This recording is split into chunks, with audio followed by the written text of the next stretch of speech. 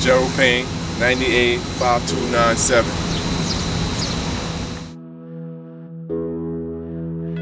Got locked up in 1988. I came home May 21st, 2010. See, I've been in Sing Sing, Attica, Clinton, Chewonga, Easton, Fishkill, Greenhaven, Sing Sing twice, as a matter of fact. Been to Downstate Box, new box, the new 2000 ones they started building, and Fishkill, Wallkill. I went home from Wallkill.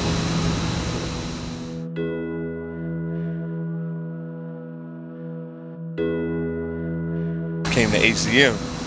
This is the first time I've really seen some crazy violence, like, and HCM is a crazy building. This is like almost the worst building on Rikers Island. Most guys say that. When you come into the unit, that's where all the inmates live at, or convicts. That's where we're living at. But you got the 4 building, you got 6 building, women's house, it's different buildings. C95, this particular building, HCM, I can't remember exactly what it stands for. I can tell you, there's some things in there that went down you wouldn't believe. Just coming on Rikers Island, you think you see this stuff upstate, but I've seen it in Rikers Island day one when I came in the doors. In HCM, the companies are real long.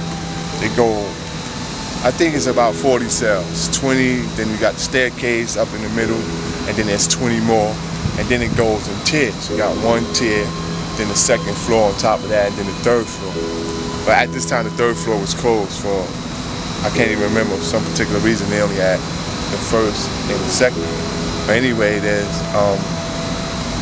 there's a guy that just comes in, and it's all he wants to do is get on the phone and let his family know that whatever his situation is legally wise, what he got arrested for, if he got a bail or whatever, because that's usually a guy, as soon as he come in, he want to get on the phone and get in touch with his family. And you know how guys running the house. This guy's got this phone, the Muslims got this phone, the Puerto Ricans got this phone, the blacks got this, the Jamaicans got a phone, so he don't know what's going on. He just wants to get on the phone.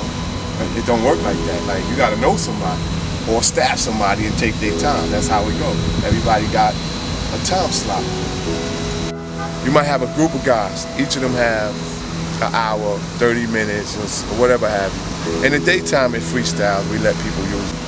But we just standing around. We see him get on the phone. We already know what it is, but nobody says nothing. We let him rock for like 15, 20 minutes. Anyway, somebody finally tells him, yo, you gotta get off the phone, we gotta use it. So he hangs up and he goes about his business. Now, his cell just happened to be way in the back of the company. And if you remember how I described it, 20 cells, the middle section, then 20 more cells. So he's way in the back behind the second 20 cells. So he's at the end. When he come out of the cell and make a right, he's running into a brick wall. The only way from back there is back to the front, and that's a long way. And later on at night, the guy's in the back of the company, standing in front of his cell. And you can see it getting ready to take place. It's like a movie getting ready to happen. You can see what's getting ready to go down. It's like 3 guys. They just walking back there nice and quiet. They go back there. Now they go up the steps, because the companies are, it's like, there's 3 companies. They had the top tier closed, so it's only the first 2. He's on the 2nd. They go up the stairs, and you can see them. He's looking at them coming to him. I guess, I don't know. Don't ask me. If it was me, I would have been off the company. Like, I'd have jumped off and been on the flats when I seen him come. But let me tell you, he stands there. They approach him. I can't hear exactly what's going on, but I see the guy pull out a 007, a street knife, a 007 that you flick. Flicked it.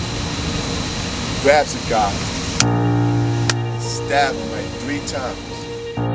Maybe 3 times before they tussle him. They trying to keep him there. You could say they trying to kill him, but they trying to keep him there. But his fear got him out of it, got him past on 3 guys. Now he's running on the top tier, back to the front. He got 40 cells he gotta run. The guy's chasing him, stabbing him in the back numerous times. He picks up speed, but he's catching him and stab him again. It happens quick. The way I'm telling it to you slow, but it happens so fast. This guy, he can't turn to go down to the middle part, because if you make that turn and slip, he's gonna get killed. Because if you fall in the staircase is a narrow section, and you gotta go. He can't make it, so he decides to keep running to the front.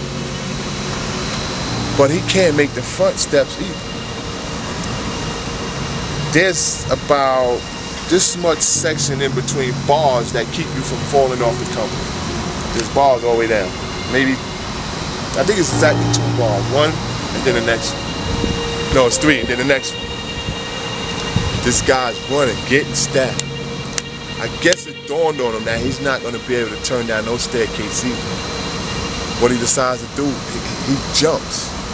That's his only way, or he dead. If he don't do it, he dead. He clears the bars, hits the floor. Don't ask me how. When he hit the floor, there's blood everywhere because he stabbed that bad. And I think it's adrenaline and his fear got him back up off the floor to the gate. Now when he gets to the gate screaming for the police, shaking the gate, these guys, they split up, they break up. They're going to get rid of the knife because the riot squad is coming in here after this. The guy, police opens the gate, he falls. As soon as he walked through the gate, he hits the floor, flat on his face. To anybody that didn't see what happened, you would think this guy got shot, literally, with a gun, a machine gun, a 9. You would think these stab wounds looked like bullet holes while he was on the floor. It was like, and then it's unbelievable that people, it was so regularly that not everybody came to see what happened. It's like, okay, this is the norm around here. So the police now, it's a panic now. We gotta lock in our rooms. Unfortunately, fortunately, and I don't know how, the guy lived. He didn't die. I've seen instances where the guy got stabbed less than that and might have died, but this guy lived. Thank God he lived. For the phone, but that's how it is over the phones. We pretty much run them. Us, the convicts, the inmates, whatever have you. We run them. Police don't run them. Now as times change, people tell me it's changed now. But back then, we ran. So you had to get our permission to use the phone.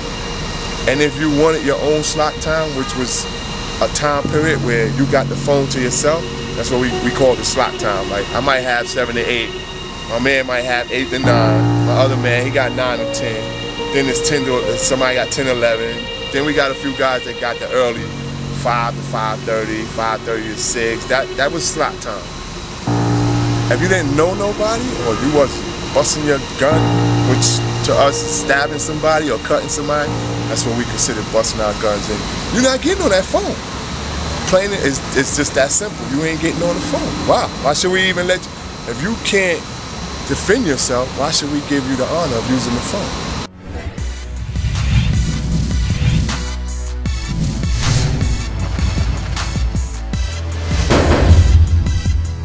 This is G Payne. You just watched Prison X, and that's my story.